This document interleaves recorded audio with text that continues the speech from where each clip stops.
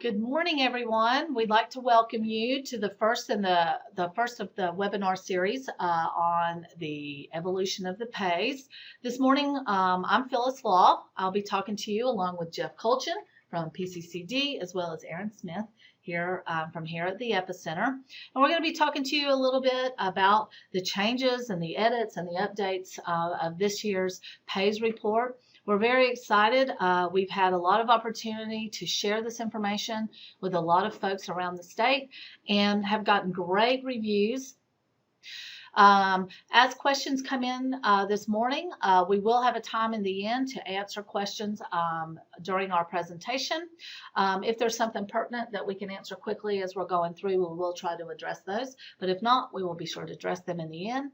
Also, I need to let you know that we will be recording this session, and it will be posted on our website, and there'll be a link on the end so that you can see where to see these in the end.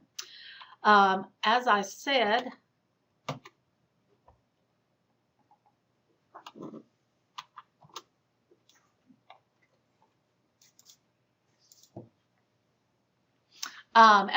this is the first of the webinars in the series. Here is the schedule. Next week, we'll have a session on enhancing your IQ and digging a little deeper. Elizabeth Winder will be talking to you about how to dig in a little deeper into your analysis IQ. Then Jeff and I will join you again on the 23rd to talk about the state report, some trends and highlights that we're finding.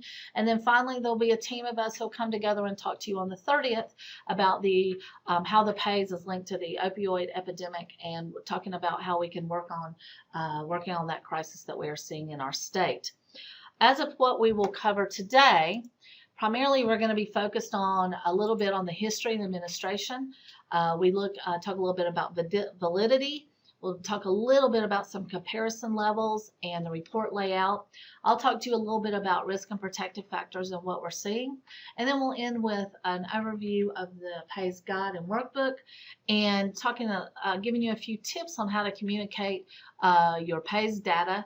And so we have a lot to share, and we'll get going first with Jeff will be up and he'll get us going. Okay, great. Thanks, Phyllis. Welcome everyone to the webinar. I'm Jeff Colchin. I'm with the Office of Juvenile Justice and Delinquency Prevention at the Commission on Crime and Delinquency, and I serve as the project leader for the Pennsylvania Youth Survey. PAYS is a partnership of the Department of Education, the Department of Drug and Alcohol Programs, and my agency, PCCD. And I'm going to give you kind of the history as to how we've gotten to where we are, and some of the changes that we've seen for the 2015 PAYS results. PAYS was originally came out of the Generation at Risk, which is a national survey that basically contains surveillance data. How many times in the last 30 days have you used a substance? How many times in your lifetime? Beginning in the late 90s, we revised the PAYS survey to include the questions from the Communities That Care Youth Survey. The CTC survey was developed by Drs. Hawkins and Catalano, with the Social Development Research Group at the University of Washington. And they added in the whole concept of risk and protective factors, which we'll get to a little bit later in the presentation. PAYS assesses youth behaviors, attitudes, and knowledge. It's a primary source of what our youth know, think, and believe about antisocial behavior and substance use. The survey is given to youth in the 6th, 8th, 10th, and 12th grades. And because it's given every other year in the fall of each odd year, this allows us to track the same cohorts of kids as they go through their academic careers. So the kids that take it in 6th grade, will take it in 8th grade, will take it in 10th, we'll take it in 12th. And that'll give us a chance to kind of see changes in trends, the impact of prevention programs, and other factors that allow you to adapt your prevention programming, your approaches to prevention efforts based on changes in the PAYS data or changes in trends in substance use or other problem behaviors. It's important to note that PAYS collects data across multiple domains. There's questions that provide information on the community, the school, the family, and then the peer individual domain. The survey is given in the school because that's where the kids are located. So we can give it to groups of kids at the same time. which gives a universal snapshot as to exactly what's going on in a community. It is not a reflection of the school itself. That's very important to know. There are so many things that go on that impact how a kid reacts to different substances and when they decide to use or not use. So that's why it's a multifaceted, multi-domain approach that gives you a well-rounded view as to what's going on in a community's life and the kids within that community. The survey is anonymous and confidential. It's important to note that you cannot get any individual student information from the data set. This gives us a lot of confidence in the validity of the survey. Most of the theory behind survey research says that when a respondent believes that their answers will not be held against them, they're much more likely to give a honest and truthful response. So if I'm not going to have to worry about being called down to the principal's office for saying I've drank alcohol 5 times in the last 30 days, I'm more likely to give that honest answer, which gives us data that we have reliance that we can plan upon. When we offer the survey to both public schools and private charter schools, in order to have a grade in the report, you must have a minimum of 25 valid responses. This is usually not an issue for our larger public schools, but when you get down to smaller sample sizes, that's where you can possibly run into some problems. And if you don't see information for a particular grade, that's usually the reason why. This is our 13th annual or biannual survey that we just completed in 2015. PAYS began in 1989. As I mentioned, it's been run every other year. In 2015, the period ran from mid-September through Thanksgiving. We gave the survey to almost 230,000 youth. A pretty large increase from prior years, and we ended up with 217,000 valid surveys across 960 schools. This is a overall 70.4% participation rate of the possible kids that could have taken the survey did give us those responses. So we were very happy with that. We're also very happy with the fact that we increased the number of participating school districts from 342 in 2013 up to 356. So we're seeing 356 out of the 499 school districts across Pennsylvania participating, which is excellent because it's showing that the fact that schools and communities and local coalitions are seeing the value of this data and really seeing how it can be used to plan your prevention efforts based on what your kids are telling you, not just what state or national trends are. We did see a decrease in the number of quote-unquote other schools, the charters, parochials, private, and cybers. We had 81 in 2013, and that dropped down to 37 in 2015. And again, like I mentioned on the previous slide, I believe that's partially due to the small numbers where they weren't getting valid responses they could build upon, so they didn't see the value in it. The survey is offered at no charge to any school in Pennsylvania that wishes to do it. And that's courtesy of the partnership of our 3 agencies. And I really do want to thank the Department of Education, Department of Drug and Alcohol Programs for their continued sponsorship and partnership on the PAYS effort. We issued over 450 reports to local school districts and then had county reports prepared. The school district information was sent directly to the superintendents. So if you're looking for local school district information, you should reach out to your local superintendents and request the information from them. For the counties, we had 55 counties automatically had a report generated. Every county that had a minimum of 2 or more school districts or schools participate had a report generated, and that is those reports are available out on the PAYS website, which we'll show you a description of later on in this presentation.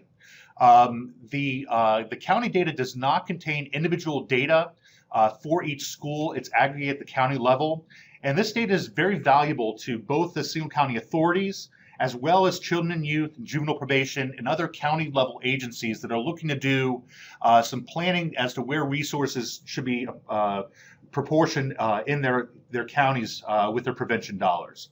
Only 4 counties did not participate at all, and these are some of our smaller counties in the northern tier part of the state: Sullivan, Union, Wayne, and Wyoming. And one of the interesting things we see is a continued increase in the use of the online administration of the survey. This year we had a 20% increase and are up to about 60,000 out of those 230,000 kids are now taking it online. We encourage schools to do it. We offer it both paper and pencil and online, but by doing it online, it really can increase the speed at which the kids can take the survey and really make it easier for schools to administer it. We had some changes to the survey this year. We revamped the gambling questions based on the Department of Drug and Alcohol program's request to get the information that they used for their planning. We added questions around the sources for obtaining alcohol and prescription drugs. So if a kid reported using alcohol or prescription drugs that were not prescribed by a doctor, we gave the sources as to the most frequent ways that they received those substances. We have new questions on school violence. We revamped our bullying questions, especially around the reasons that kids were bullied. We have questions that were refined around ATOD use, housing transitions. How many times have you moved? Were you ever homeless or living in a motel, a campground, those sorts of things? We have new questions on abuse, questions around grief. And then we added a revised question about involvement in after-school activities. What are kids doing in the pro-social realm? What activities do they have that can keep them out of trouble and really look for ways to get that pro-social influence in their life? For the risk factors, we also have breakdowns for the commitment to school and favorable attitudes towards drug and alcohol use. That's new for the 2015 administration as well. We often get questions about how do we know that the PAYS is valid? I discussed the idea about the anonymity of the survey giving a lot of confidence in that, but we also do a validity check. I mentioned that there were 217,000 valid surveys out of the 230. So of those 13,000 approximately surveys that were removed, they were based on a series of dishonesty variable checks that our vendor did. If you had higher than 30-day use in lifetime, the surveys were removed. So if I said that I used marijuana 20 times over the last 30 days and once in my lifetime, the survey would be removed. There's a fictitious drug. If they answered the use of that drug, it was removed. And possibly high drug use. If I said I used cocaine 30 times and heroin 30 times and methamphetamines 30 times in the last 30 days, we're going to guess that that child is lucky to be alive, let alone in school to take the survey. So we take that response out. A lack of coordination between grade and age. If the kid says he's 10 years old and is a senior, or 19 years old and is in 6th grade, we're going to take those out. And then if the responded that the child did not complete enough of the survey, you need to complete at least 25% of the survey in order to have the survey counted as part of the overall survey tally. So we have a number of levels of comparison. One of the great things about PAYS in these reports is that you're able to compare your local results against both the state and a national comparison. So you can see that, I'm going to skip to the next slide for a second. You can see on this example, the early initiation and higher prevalence drugs, the 30-day use. You can see for alcohol, we have the 3-year trend, which is the last 3 years of data where available, 11, 13, and 15. And then we also have a black dot that's for the state value, and then a triangle, which is for either the National Monitoring the Future Survey or what's known as the Bach-Harrison norm. And we'll discuss that a couple slides later. It should be noted that although those dots are included over the 2013 results, they are for the most recent data, either 14 or 15 for Monitoring the Future and 14 or 15 for the Bach-Harrison norm as well. So each of the pages in your local or county reports, each of the sections has the same sort of layout. There's an overview definition of the topic, exactly what is being reported in that section, some of the highlights for that specific report, so what jumped out when those reports are being prepared, either the highlights, lowlights, things that were very dramatic, either above or below what is kind of the norm that was expected. and then what the specific survey questions were relating to that question, so that you can see exactly what the verbiage was that the students were given in order to answer each of the questions. We have both the graph and a table on each page for each of the results. And what this allows us to do is it gives two ways to view the data. Some people like the visual of the bar charts. Some people like the tabular approach. You get them both on the same page. It makes it very easy for displaying. We also printed the 30-day and the lifetime are back to back, so that you are able to print out if you want to see the early onset drugs. You can print out a single page front and back and have both 30 and the lifetime use on the same thing. One of the things that we always want to point out, and you can't just look at the height of the bar. You want to make sure you look at the y-axis, the axis on the left-hand side of the graph, and look at and see what the scale is. Is it 30%? Is it 50%? Or is it 100%? So if you see here on the early initiation, this is based on 100%. So you want to check and see exactly what that y-axis is set at on each of the slides, or each of the tables, excuse me. Then at the back of each of the reports, we have a series of appendices, which allows us to give some additional information.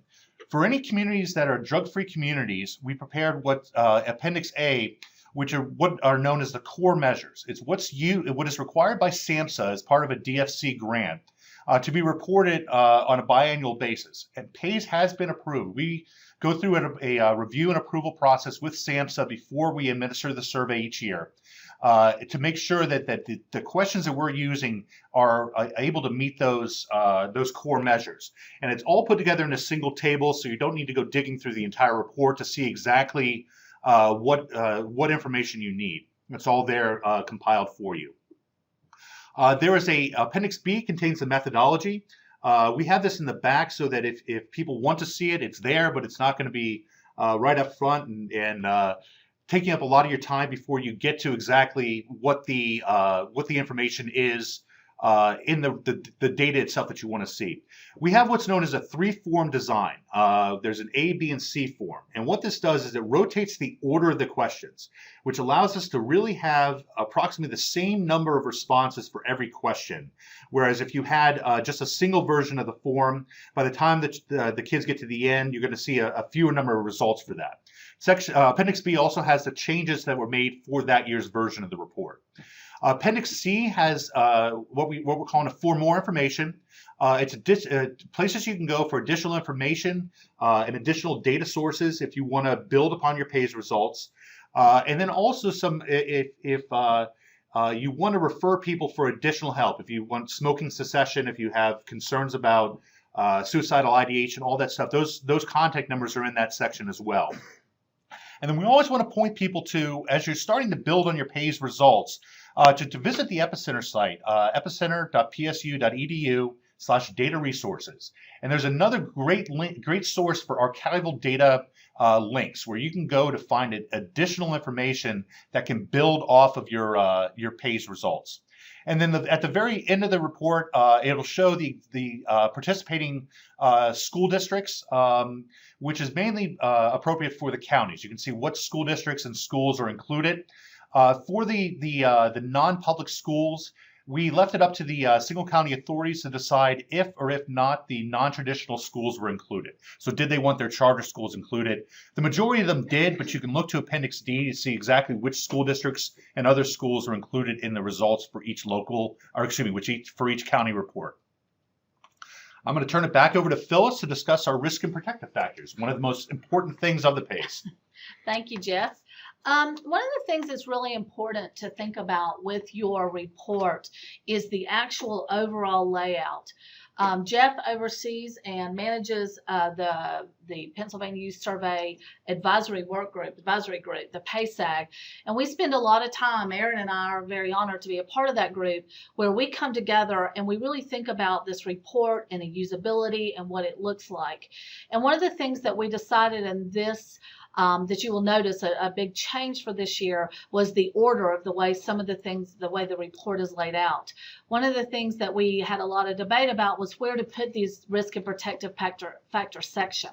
Because just as Jeff said, it's one of the most important parts of our report, because this is the only report and only a way that you can have this level of information. You can only get it from the pays. So what we decided, the way the report was laid out, was if when you start looking at your surveillance data, then you start looking at thinking about why are these happening. You're thinking about perceptions, and then you get to the point, to the risk and protective factor section, and that's because that section is really where you start digging in and thinking about why are we having the problems that we're having, whether it's 30-day use or other antisocial behaviors.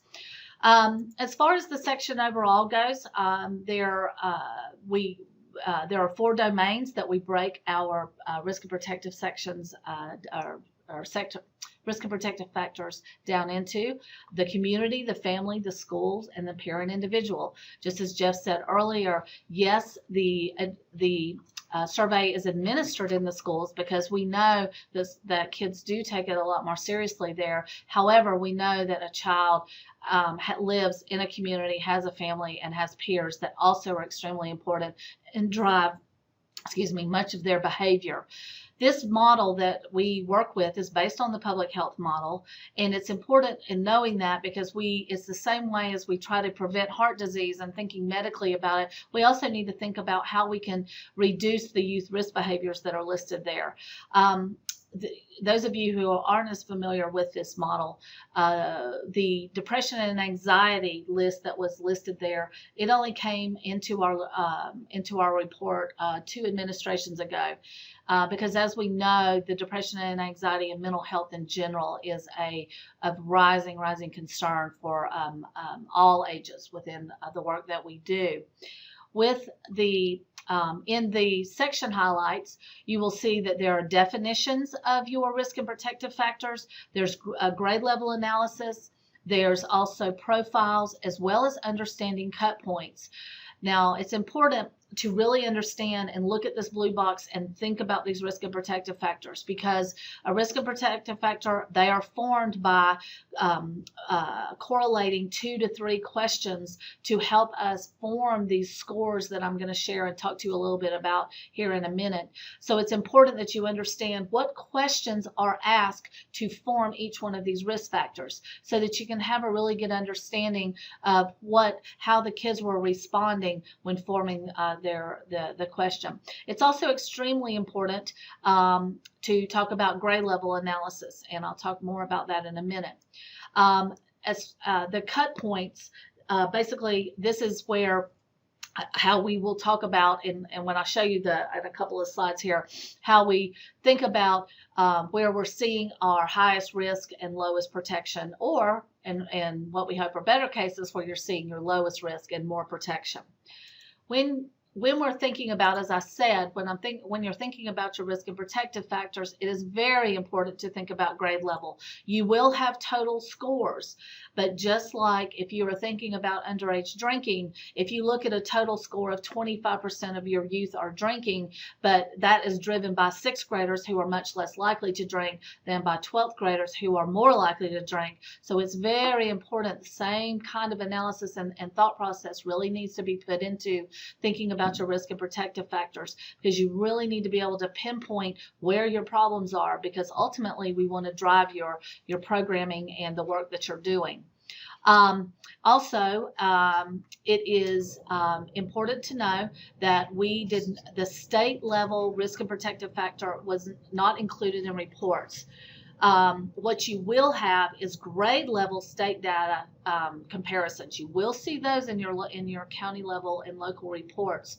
The total state data, by that I mean totals for each grade level, and for overall, when you're looking at overall domains, they are provided an additional handout on the PACE website that we're going to give you later in the presentation. And then finally, thinking about the theoretical framework, it's very important to understand when we are looking at this theoretical framework, it's important to know that you are looking at, anytime you see a check mark, it's not that we think this risk factor is related to the risk or protective factor, it's that we know. When you're dealing with risk factors, there's a minimum of 2 longitudinal studies that have been conducted so that we see a scientific link to these risk factors. The protective factors, we also know that it is very important when you look at the framework there and you're talking about bonding and your opportunity, skills, and recognition. This is how we know that kids will be more protected against risk. So when you're looking at your different risk and protective factors, it's important that you really understand those linkages and how they come together. This year there are 21 risk factors. In the 2013 version there were 20. Gang involvement has returned for 2015, and in most of the reports those numbers are extremely low, quite frankly, for all areas that we've worked with closely. This is a really good point to make at this point. Another good purpose of this report is many times you dispels myths. And I think the gang involvement numbers and the sites that I've worked closely with have been very surprised at how low those numbers are, which is a really great outcome because we want to focus on that positive as well as the issues. As you can see here, there are 8 protective factors. We like to think of the protective factors as assets. The social development model is a foundation that we help kind of identify and understand and help communities and families understand the idea of kids bonding, because when a youth is bonded to a caring adult or their community, they are going to be less likely to experience antisocial behaviors. When you're looking at your overall report, as I said, you will look at school district, county, state, and nation. We are very blessed to be able to have a national comparison here that is called the Bach-Harrison norm, because we have 11 other states who have come together, and Bach-Harrison, who is our administrator of the survey, has been able to give us another level of comparison when you're looking at the strengths and challenges that you're faced with in your communities. One thing that's important to know is you will have total risk factors and total protection factors. Here you can see listed on the slide that total risk means that that your 6th and 8th graders have experienced 5 or more risk factors, where your 10th and 12th graders have experienced 7 or more risk factors. Total protection is basically where all grades have experienced 3 or more protective factors. It's very important to think about that when you're looking at your analysis. Where here is a really good example of when you're looking at, this is a sample page of the survey of the risk factors, and you can see here the numbers that are listed here along what this basically says in this example. To go to the top example in the community domain, basically what this tells us is that 42% of the youth who responded to this survey, 42% say that they have low neighborhood attachment.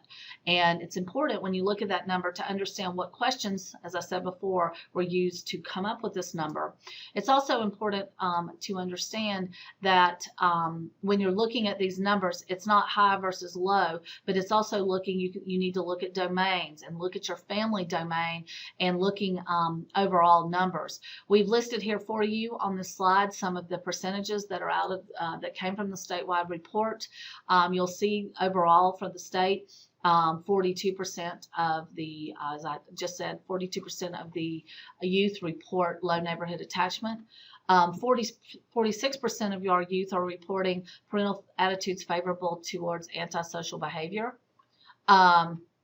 And so then we also have 46% reporting that they have their perceived risk of drug use is low. These are three areas I will say that I've had the honor to work in quite a few communities, and this is what we were seeing across the board: small communities, urban, rural, and it's an interesting trend that we're seeing.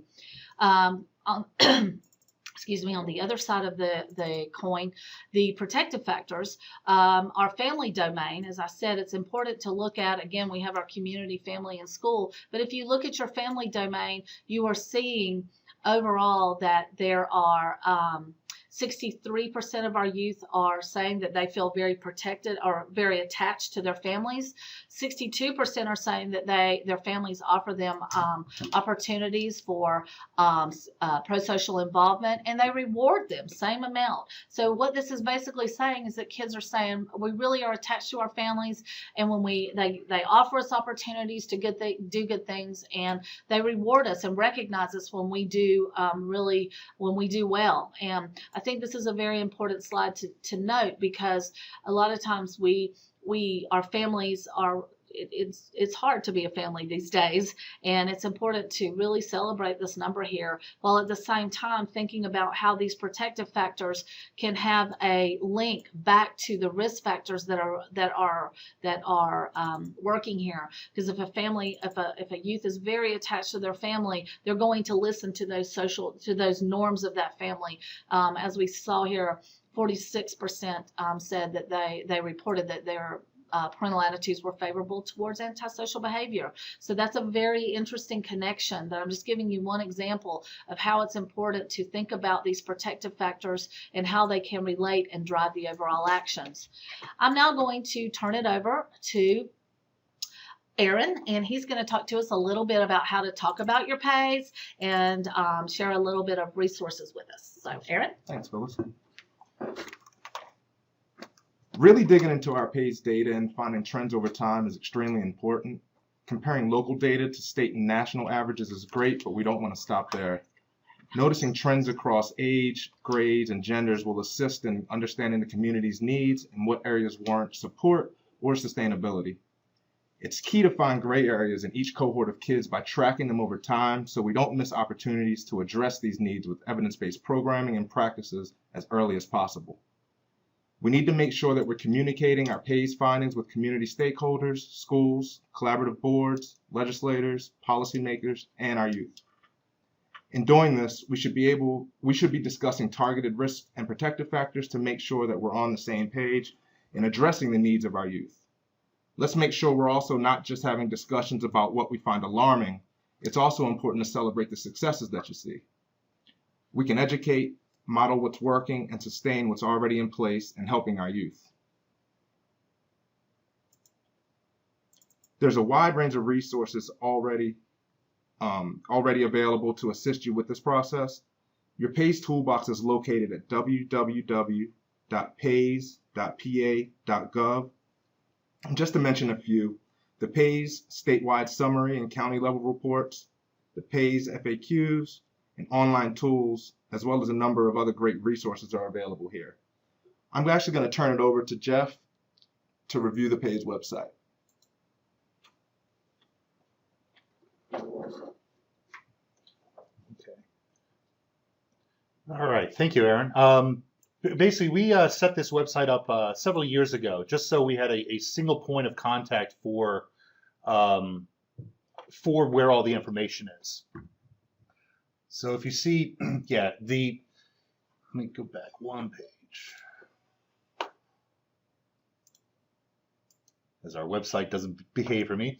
If you click on the link to 2015, on the prior screen, we have all the prior results. You can get all the state reports going back as far as we go. I believe we have just about all of them up there. But if you click on the 2015 PAYS report, PAYS section from the www.pays.pa.gov, you can see the links here. My contact info is here.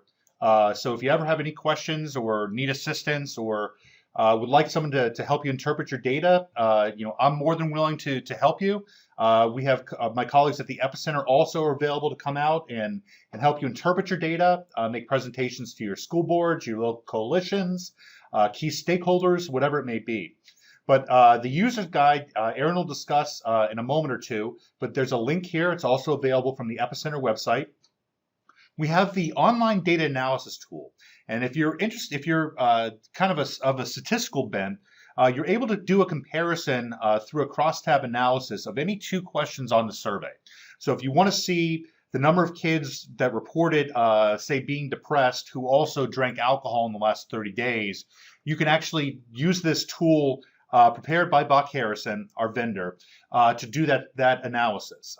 Very useful if you're into statistics and you want to go deeper than just the results are saying. You look for correlations between risk factors and problem behaviors, between different substance uses, between attitudes towards their parents, towards their schools, and substance use. All that sort of information you can do on your own. It's available at both the state and the county level. It is not available at the local level. As I mentioned earlier, that information is given directly to the superintendents. And to avoid identifying any individual students, we do not allow the data analysis tool to be done at the local level. If you click on the 2015 county reports link, you will see those. It'll take you to those 55 different counties that have the reports. Those are all up there in PDFs. The state report is up here.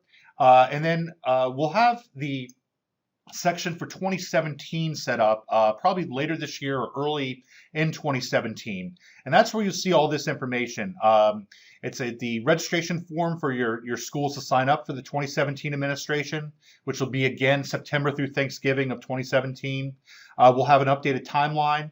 There'll be the fact sheet, the FAQ that Aaron mentioned. And these are useful tools to help you kind of sell participation in the PAYS. If people want to know why the PAYS is, what it is, or what sorts of things they should be aware of, the fact sheet is a shortened version, and the FAQ is about 4 pages of questions and answers that can give you that information.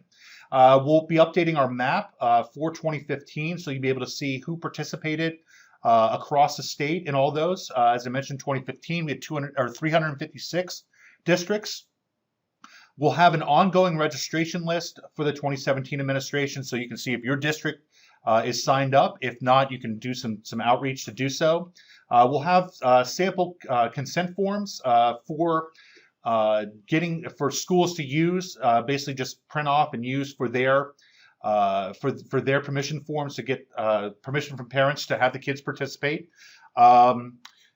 There's a special order form. If you want to say multiple communities to be included in a single report, you can pay an additional fee to have that done. So if you're a local coalition that works with 4 school districts, you can have, rather than just using a county report, you can have a report prepared with just those 4 districts for your analysis and use.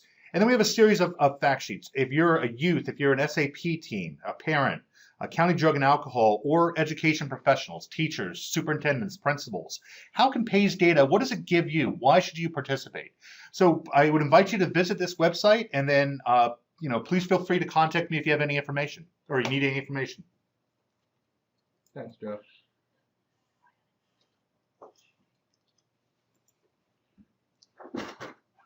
As Jeff stated before, I'm going to review the user guide and worksheets. The PAYS user guide and worksheets is available to walk you through the process of analyzing your data.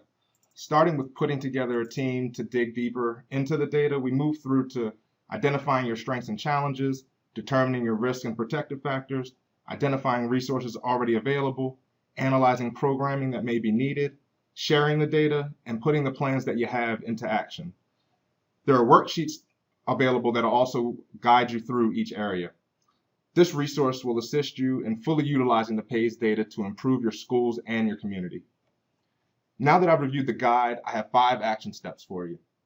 Go to your PAYS toolbox at www.pays.pa.gov, download your PAYS guide and worksheets, order special reports for specific data sets as needed, reach out to your local experts, and contact Epicenter and PCCD for assistance.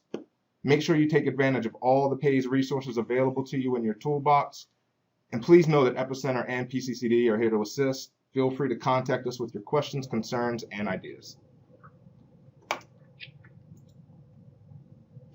Okay, so now we're going to answer your questions. And I think at this point, the only question that we had previously was about the Philadelphia, if they were taking the pays by Jeanette. And Jeanette, I know, Megan, thank you for providing a little bit of information to her. But Jeff, you want to address that? Yeah, currently the School District of Philadelphia has not participated. We do have a number of charter schools and or parochial schools that participate depending on the year. We are working closely with the various stakeholders in Philadelphia to encourage them to participate, to help them understand how valuable the data can be, not just in making use of their prevention resources, but also looking for funding. One of the great things about PAYS data is that if you apply for grant funding or foundation funding, you're not just using what the national trend is. Oh, there's a heroin epidemic in the nation, so let's use money. You're able to basically make a local argument based on local data as to how you will use the money to address a local problem. And that's one of the biggest strengths that many of our school districts and community coalitions find in the PAYS. And we're hopeful to work with Philadelphia for 2017 to get their participation, answer any questions they may have. Thank you, Jeff. One of the questions that we do get a lot is around the validity. And Jeff very quickly went through the slide on validity. And I think it is important that you take some time to look at that slide. It has a lot of information in it. But overall, if anyone asks you, is the survey valid, you can tell them unequivocally, yes, it is. We have a lot of checks and balances in it. We are able to really know that when youth are not being truthful, or even if they make a mistake, we still go in and we want to keep this data set as clean as possible.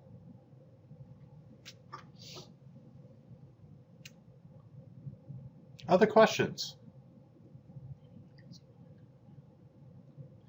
As I mentioned, we are in the process of gearing up for the 2017 administration.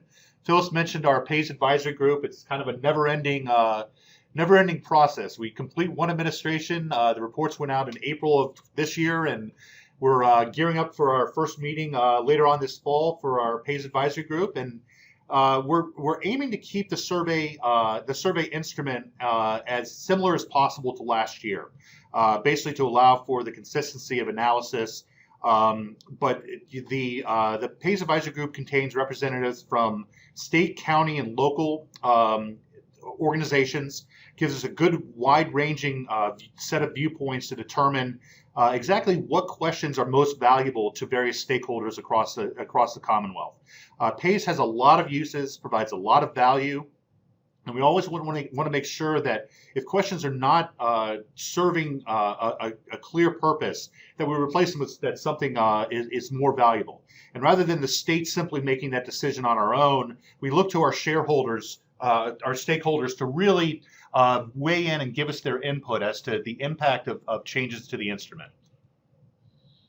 Thanks, Jeff. That is really good information. As I said before, Aaron and I, we are a part of that process, and it's always interesting because we have a great group of people around the table to really help try to keep continuing improving this really great instrument that we have, which is also a good model, I think, for locals, that when you are, as Aaron had mentioned briefly, that when you go to look at your data, it's important that you have more than one set of eyes take a look at what the report is, because it is important that you have an overall understanding, because everybody has a little bit of a different background and thoughts around it. So I think it's a good model that we really do at the state.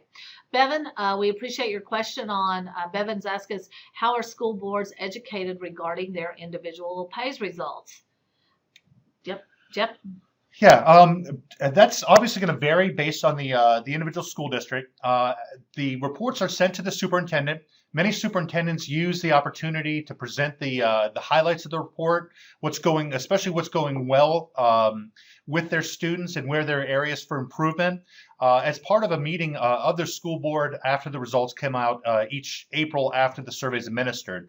And that really allows the school boards to be informed when they're making their decisions about programming and funding and other things like that. Is you want to make sure in this time of limited resources that whatever you are spending on prevention is going to impact the greatest number of kids, their families, the school climate, and the overall community.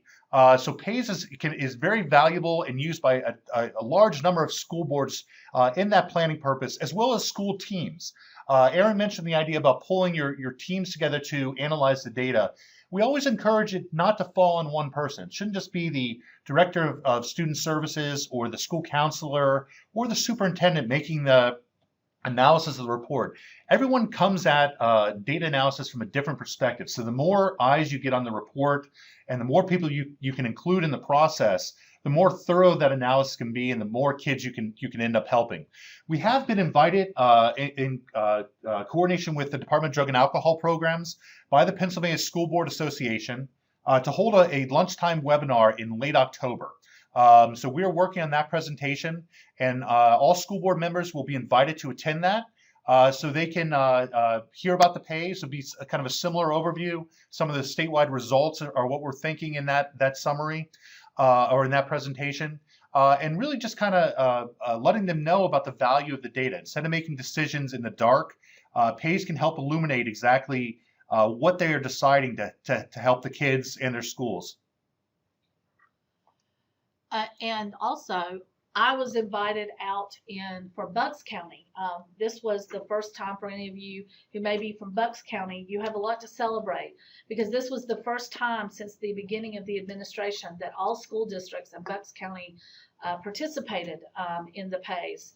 And the drug and alcohol programs there, the Single County Authority, they have really taken a big lead, and they brought in all of their school districts together for a very dynamic event that I believe there was around 75 people or so from each of the school districts brought teams in, and we had a talk about, I did a talk about the PAYS and the report and getting them thinking about, I shared with them the PAYS guide and getting them thinking about how to utilize their data.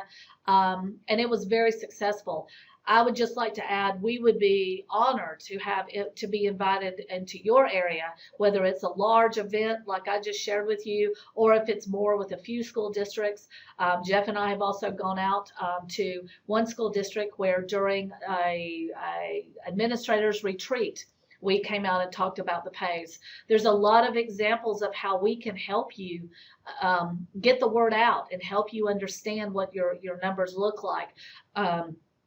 If you're interested, please reach out to Jeff, and he will certainly. We work very closely with him, and we can certainly work on that. Additionally, moving on to the next slide. If you have any kinds of questions that you would like to ask us, or if you'd like to send an invitation to have us come out to talk to your group, if you look, this is a screenshot from the Epicenter website, and this is on our homepage. And if you click on the PA Youth Survey, you'll see down on the bottom, you'll have a drop-down screen, and where the red circle is, you can ask your question. That question actually comes directly to me, and I then send it out where it needs to go and get the right folks involved to help either answer your question or help to answer any questions or arrange an event for you.